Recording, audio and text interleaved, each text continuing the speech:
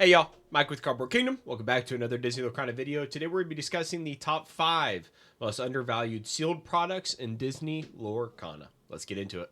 Alright guys, starting us off today, we have the D23 2024 Collector's Box. This product might be the most mispriced product that we're going to talk about. Mispriced product, that's a lot to say, but I rambled it off. Currently sitting at $250, looks like with shipping, right at $260. Lowest verified, $265. You look at the graph here, you see that the product was selling for over $300 for a good portion of the year. This is a product that has 6 unique arts inside of it, all iconic characters, iconic IPs. They all have enchanted foiling. They all have a unique indicator at the bottom of the card. These arts are amazing. They're gorgeous. In addition, the Brave Little Tailor specifically in this box set is the first time the BLT artwork got the enchanted foil. I think a lot of people are going to want to have this card as they come into Lorcana. I think it stands out. I think it's gorgeous. I think it is the best Brave Little Tailor artwork that we've seen, in combination with the fact that if you add up all of the price of the cards between the Oswald, Ursula, BLT, Cindy, Vanellope, and Bruno,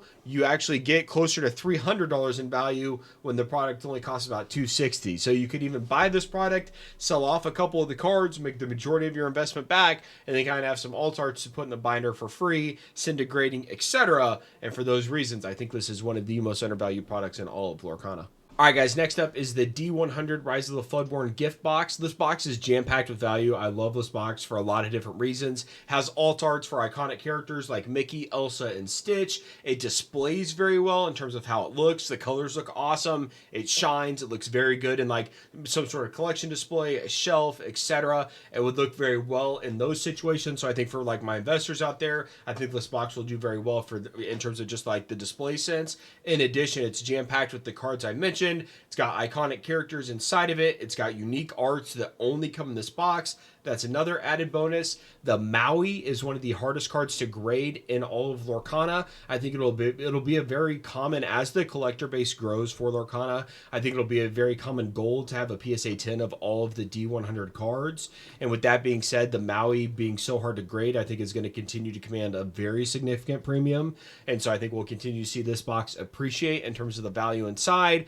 And then last but not least, we have 4 Rise of the Floodborn booster packs that come inside of it as well. And I think Rise of the Floodborn has kind of been overshadowed by the first chapter a little bit, but what I think as we get further down the time horizon and we're looking back a year from now, 2 years from now, 5 years from now, Rise of the Floodborn is going to be very, very, I would say, appreciated over time, just given the fact that it's kind of overlooked with the first chapter. It's got iconic arts with the Cinderella, the Belle, the Ellis, the Snow White. It also has no enchanted locations. It's probably the least printed set. If I had to say like which set has had the least amount of booster packs printed, it would be Rise of the Floodborn. And so it's just got a lot of things going for it. So once again, I would say don't FOMO in at this price. You have time. We have listings down here that have 12 available. So it's seen a decent run up. So I would be okay with paying a $78 price tag, but I would not rush to pay that given the fact that we have, you know, at $85, there's a listing with 12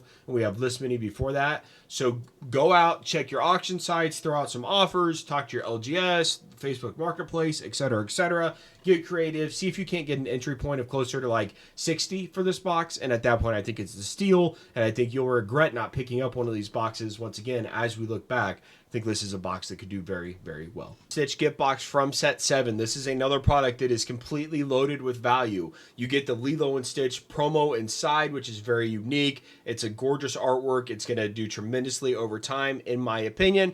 In addition with that, you get 5 booster packs that span, I guess, 6 different sets in total inside of this box. And so I think that it's going to be looked upon very favorably. This is the first time that we've had a chance to really experience many different sets and eras within a Lorcana product. It displays very well for my sealed guys out there. Obviously not as much with like kind of like the outer wrap on it, which you would need to keep intact, but the box does shine. It's got some foiling on it, and it looks pretty good at the right angle. And so I'd say for my sealed guys, once again, it's got sets from multiple different eras. It's the first time they've done this. It's got an awesome promo. It displays well. So I think it's going to do very well as a sealed asset for my collectors and for my players opening product. This is a fantastic way to build your collection. You get that unique promo, you get the packs inside spanning multiple different sets, and so overall, I love this product. I don't love it at 34. I'm fine with paying 34 for it. I bought one at 40 and opened it, and I had a great experience. But if you can get this price, and I think we're going to see it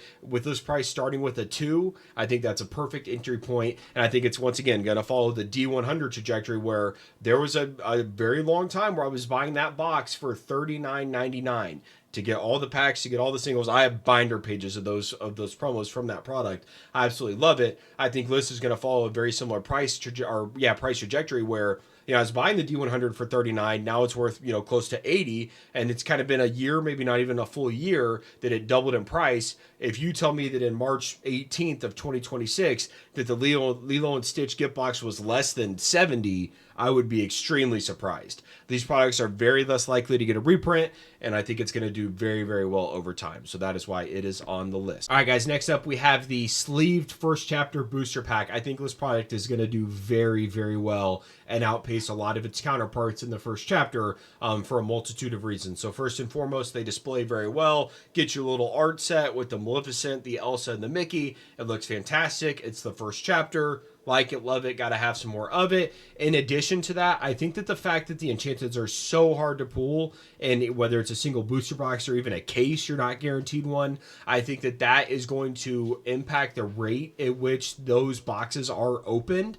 And so with them being much more of a collectible, more so than like getting open and graded and so on, which they will be to a certain degree, but like when you compare the first chapter to like base set, you know what you're going to get out of a base set booster box. There is very little variance. You're going to get a certain amount of holos. Sure, there's going to be some variance on what you get, but like you're walking away with a very low variance of the overall cards that you're going to get. With the first chapter, that is not the case, right? You might get an Elsa, you might get absolutely nothing. There's a huge variance there. I think that's going to cause those boxes to be open less and less as the collector side of Lorcana grows. I still love the first chapter as an investment, but I think it will be a little bit slower than something like the first chapter sleeved booster pack.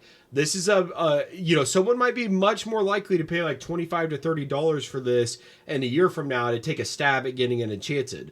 This is a lot better. There's a lot more variance in a product like this than the booster box or a sealed booster box case.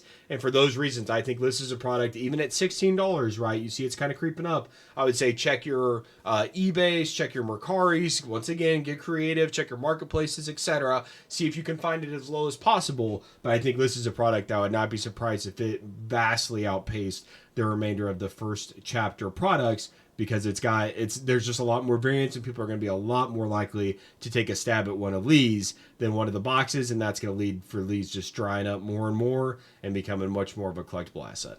All right, guys, and to end the video, last but not least, we have Rise of the Floodborn. I would qualify this as it could be a case, it could be a booster box, it could also be a sleeved pack, right? Very similar to what we talked about with the first chapter, but I feel like Rise of the Floodborn is truly set to explode at any given moment whenever some more speculation comes in, and as we get further and further away of the release of this product, I believe it to be the least printed set, as I mentioned, of any Disney Lorcana product. I think it's got an amazing enchanted roster. I think it is slept on with the fact that it has no enchanted actions, has no enchanted items, has no enchanted locations. It's just straight heat starting at the Cinderella, going all the way down to the Namari. The cards inside of it are actually a lot harder to grade than the cards in the first chapter, so that's going to add some additional conditional collectability whenever we talk about these cards long term. And I just like this set is perennially slept on because it comes in the shadow of the first chapter. I think this product in this set is going to do very, very well.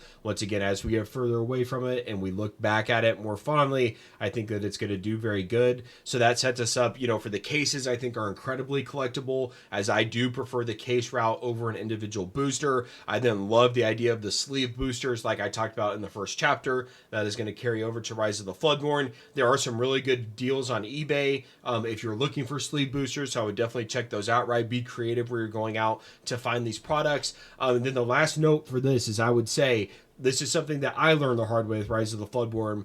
These boxes were readily available, just like any set of boxes have been. But there was a there was a couple of times this year where Disney.com did a sale where I think it was like 20% off all of Disney Lorcana, or it was everything on the site, a site-wide sale, and Disney Lorcana was included for that. So a lot of us in the Discord were buying a ton of these boxes because the expected value for what you could get the box vastly outweighed. There was a huge arbitrage opportunity there. So we were opening the boxes, selling the singles, adding the enchantments to the collection, and it was we were quite literally printing money by opening product, which is ideally where you want to be if at all possible. But the rookie mistake that I made is I had sealed cases of Rise of the Floodborn, and I went on and I got this deal through Disney.com. I think I got like 20 boxes or something at $100 a piece.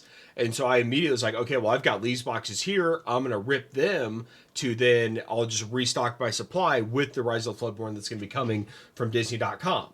Well, I opened all my cases. I started selling my singles, right, going about it. And then by the time the product shows up, I realized that they were all broken down into individual booster boxes. And so I have the feeling that the Rise of the Floodborn sealed cases are going to be a little bit more rare if they were getting broke down to go to different places, maybe the parks, whatever. I don't know. But I just feel like the cases of the Rise of the Floodborn might be a little bit more scarce than some of the other sets, just simply based off that interaction. And so I definitely do prefer a case as I do with any other set, but just a little added caveat there for Rise of the Floodborn. So with that being said, guys, that's going to be it for today's video. I tried to mix up a little bit and just not be like, buy this booster box case and buy this booster box case. Tried to give you guys some variants, right? Not all of this, none of this you need to go out and just buy today. Take your time, be smart about it, look for some deals, right? But I think there are some really good investment opportunities here. I think there's some good collectability opportunities here. I think there's some good opening experience opportunities here, adding singles to your collection. All of these products that I mentioned today, I think are going to do very well as we look back on them, a year from now, 2 years from now, etc. I think we're going to be in a very good spot if we purchase these products today or over in the coming weeks and months as we get into Worlds and a lot of the hype that I've talked about here over the last couple of days. So that's going to be it for me, guys. Thank you very much for watching the video. If you made it this long, I'd appreciate it if you liked and did all the subscribes and things. And with that being said, we'll be back with another video soon. Thanks.